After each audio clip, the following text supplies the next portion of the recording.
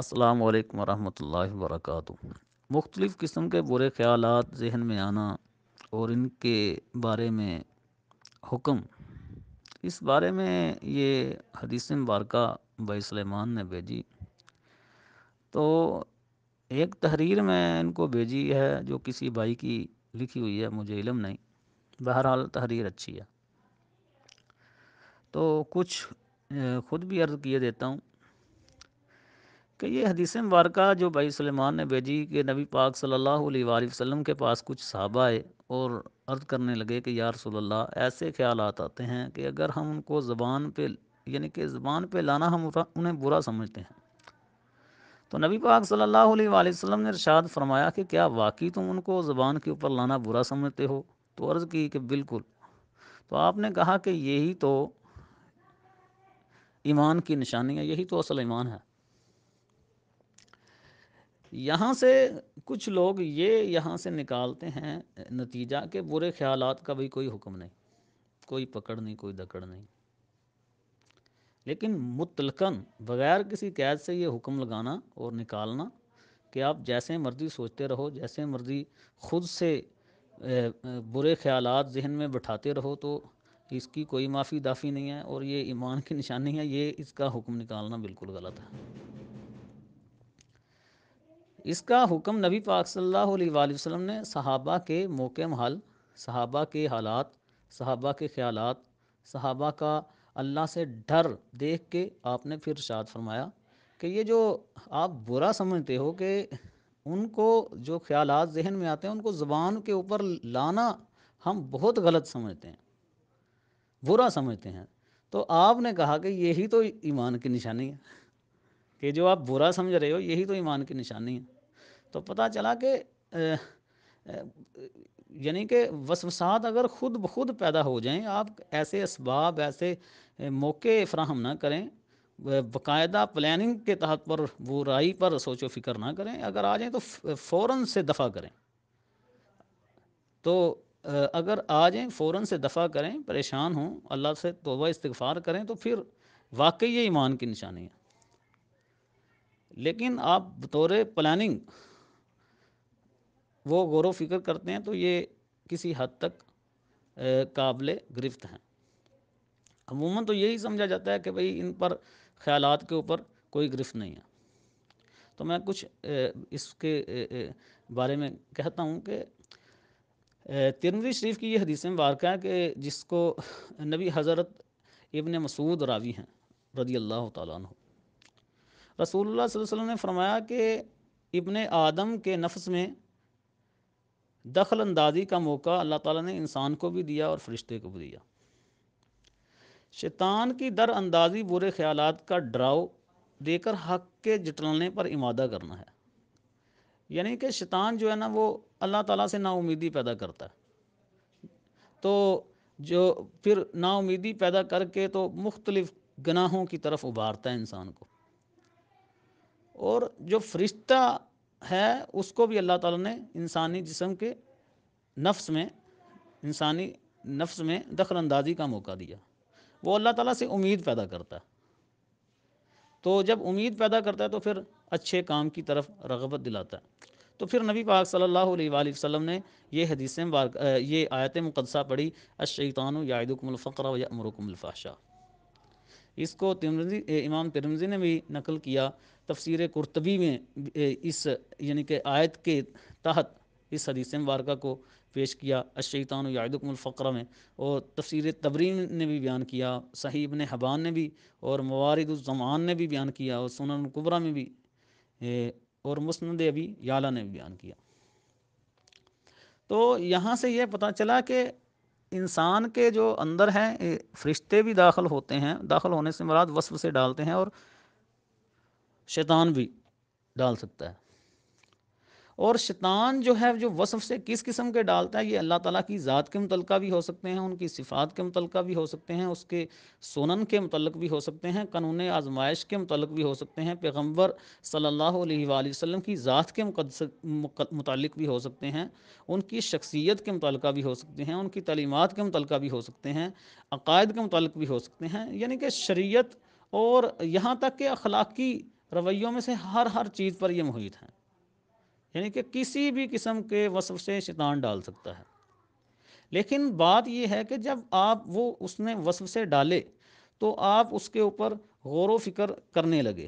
ٹھیک ہے، تو یہ بری بات ہے۔ تو اگر آپ فوراً سمجھ کے یہ غلط بات ہے تو پریشان ہوئے تو پھر یہ بالکل درست ہے، اور جس کو نبی پاک صلی اللہ علیہ وآلہ وسلم نے فرمایا کہ یہی تو اصل ایمان ہے۔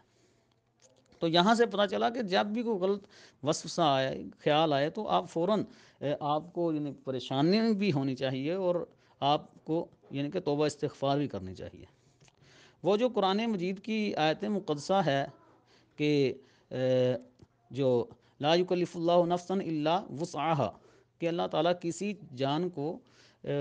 تکلیف نہیں دیتا مگر اس کی وسعت کے مطابق، لہا ما کسبت وعلیہا ما اکتسبت ربنا لا تؤاخذنا ان نسینا او اخطأنا ربنا ولا تحمل علینا اسرا کما حملتہ علی الذین من قبلنا ربنا ولا تحملنا ما لا طاقت لنا۔ یہ جو جملہ کہ ہمارے پر، یہ پہلا جملہ کہ لا یکلف اللہ نفسا الا وسعہا، کہ اللہ تعالیٰ کسی جان کو تکلیف نہیں دیتا مگر اس کی وسعت کے، گنجائش کے مطابق، اور یہ جو آخر پہ پڑھا کہ ولا تحملنا ما لا طاقت لنا، کہ ہم پر وہ بوجھ نہ ڈال جس کی ہم طاقت ہی نہیں رکھتے، جن خیالات کو ہم منع ہی نہیں کر سکتے، باز ہی نہیں رہ سکتے ان سے، اس کے اوپر ہماری پکڑ۔ تو یہاں پر محدثین اور مفسرین نے لکھا کہ ایسے خیالات کی پکڑ نہیں ہوگی جو خود بخود آ جاتے ہیں، لیکن اس سے آگے سلسلہ اگر آپ اس کے تحت پلاننگ کرتے ہیں تو پھر پکڑ ہوگی۔ تو اس وقت کیونکہ میں مطالعہ کر کے نہیں بیٹھا تو تفسیر جلالین میں زمانہ طالب علمی میں ان تبدوا ما فی انفسکم او تخفوہ یحاسبکم بہ اللہ، اس کے تحت میں نے پڑھا تھا کہ اگر ان تبدوا ما فی انفسکم او تخفوہ یحاسبکم بہ اللہ، اور آپ کو بھی یہ میں التماس کرتا ہوں یہاں اس آیت مقدسہ کی تفسیر ضرور، کہ اگر تم ان تبدوا ما فی انفسکم، اگر جو تمہارے نفسوں میں ہے اس کو ظاہر کرو، او تخفوہ یحاسبکم بہ اللہ اس کا محاسبہ کرے گا۔ یعنی کہ یہاں سے کچھ یہ سمجھ آتی ہے جو برے خیالات ہیں ان کی پکڑ بھی ہوگی۔ تو میں اس وقت اس کا ایک مفہوم اور خلاصہ سا بیان کرتا ہوں، بیان ہی وہ نہیں، کیونکہ وہ اس وقت میں نے مطالعہ نہیں کیا ہوگا۔ ایک ہے کہ کسی چیز کے برائی کے مختلف برائیوں کے آپ کو خیالات آ رہے ہیں، جس طرح یوں سمجھے کہ جی ٹی روڈ کے اوپر بہت ساری گاڑیاں چل رہی ہیں، تو کسی کو بھی آپ متعین طریقے سے نہیں دیکھتے کہ یہ لین کروزر گئی ہے، یہ اسکوٹر گیا ہے، مختلف قسم کی بس گاڑیاں گزر رہی ہیں، اور مجموع من حیث المجموع آپ یہ دیکھ رہے ہیں کہ یہ گاڑیاں گزر رہی ہیں، یہ یوں سمجھے کہ مختلف قسم کی برائیاں ذہن میں آ رہی ہیں۔ پھر اس سے آگے والا مرحلہ ہے کہ آپ کسی ایک گاڑی کو، موٹر سائیکل کو، کار کو متعین کرتے ہو، یعنی کہ کسی ایک برائی کو متعین کرتے ہو، اس پہ غور و خوض شروع کرتے ہو کہ یہ برائی ہے، ٹھیک ہے۔ تو یہ یہاں سے یعنی کہ جب غور و خوض کرنا اس پہ شروع کر دیا، اس کو کرنے کی نیت سے، یہ یہاں سے کام برا شروع ہو گیا۔ تو تیسرا جو مرحلہ آتا ہے تو آپ اس کے کرنے یا نہ کرنے، پہلے آپ نے کسی ایک کو متعین کیا، اس کے بعد آپ اس کے کرنے یا نہ کرنے کے بارے میں غور و خوض کرنے لگے کہ کرنا چاہیے یا نہیں کرنا چاہیے۔ اور پہلا قدم تو آپ نے غلط اٹھا لیا کہ جو اس کے اسے کرنے کی نیت سے متعین کیا، اور پھر جو تیسرا مرحلہ ہے کہ اسے کرنا چاہیے یا نہیں چاہیے، آپ نے یعنی کہ باقاعدہ ایک مجلس اپنے ذہنی طور پر دلائل کی اٹھا لی کہ یہ کرنا چاہیے یا نہیں کرنا چاہیے۔ چوتھا مرحلہ ہے کہ آپ نے فائنل فیصلہ کر لیا کہ یہ کرنا چاہیے، یہ کرنا چاہیے، چوتھا مرحلہ۔ اور پانچواں مرحلہ یہ ہے کہ آپ اس کے موقع کی پوری تاڑ میں ہیں کہ جب موقع ملے تو میں ضرور کروں گا، یہ اس برائی کو ضرور کروں گا۔ یہ جو آخری جو درجے ہیں کہ جب آپ نے متعین کیا کہ میں یہ کرنا چاہیے، ٹھیک ہے، یہ جو ذہن آپ کا بنا، اور پھر آپ نے متعین کر لیا کہ یہ کرنا چاہیے، ان دونوں کے اوپر مفسرین نے لکھا ہے کہ پکڑ ہوگی۔ ان کا باقاعدہ مواخذہ اور دلیل یہی ہے کہ للہ ما فی السماوات و ما فی الارض ان تبدوا ما فی انفسکم او تخفوہ یحاسبکم باللہ، کہ اللہ تعالیٰ کے لیے ہے جو آسمانوں میں ہے اور جو زمینوں میں ہے، وَإِن تُبْدُوا مَا فِي أَنفُسِكُمْ، اور اگر تم ظاہر کرو جو تمہارے نفسوں میں ہے، اور تُخْفُوهُ، یا تم ان کو چھپاؤ، یحاسبکم بہ اللہ، اللہ تم سے پکڑ کرے گا۔ یہ سورہ بقرہ کی آیت نمبر 285 ہے۔ تو آپ اس کا مطالعہ کریں تو پتہ چلا کہ حتی الامکان برے خیالات کو منع کرنا چاہیے۔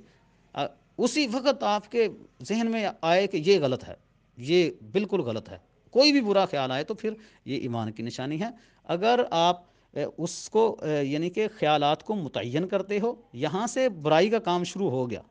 تو پھر اس کو کرنے یا نہ، تیسری حالت کرنے یا نہ کرنے کا فیصلہ کرتے ہو، چوتھی حالت آپ کر کے یہ کرنا چاہیے، پانچویں حالت اس کے تاڑ میں رہتے ہو۔ یہ چوتھی اور پانچویں حالت، یہ ان خیالات کے باقاعدہ نام ہیں، تفسیر جلالین کے حاشیے میں لکھے ہوئے ہیں۔ تو اس وقت کیونکہ میرے پاس تفسیر جلالین نہیں ہے، تو یہ جو مفسرین ہیں انہوں نے کہا کہ ان دونوں خیالات پر پکڑ ہوگی۔ تو اللہ تعالیٰ سے دعا ہے کہ ہمیں برے خیالات سے بچنے کی توفیق عطا فرمائے۔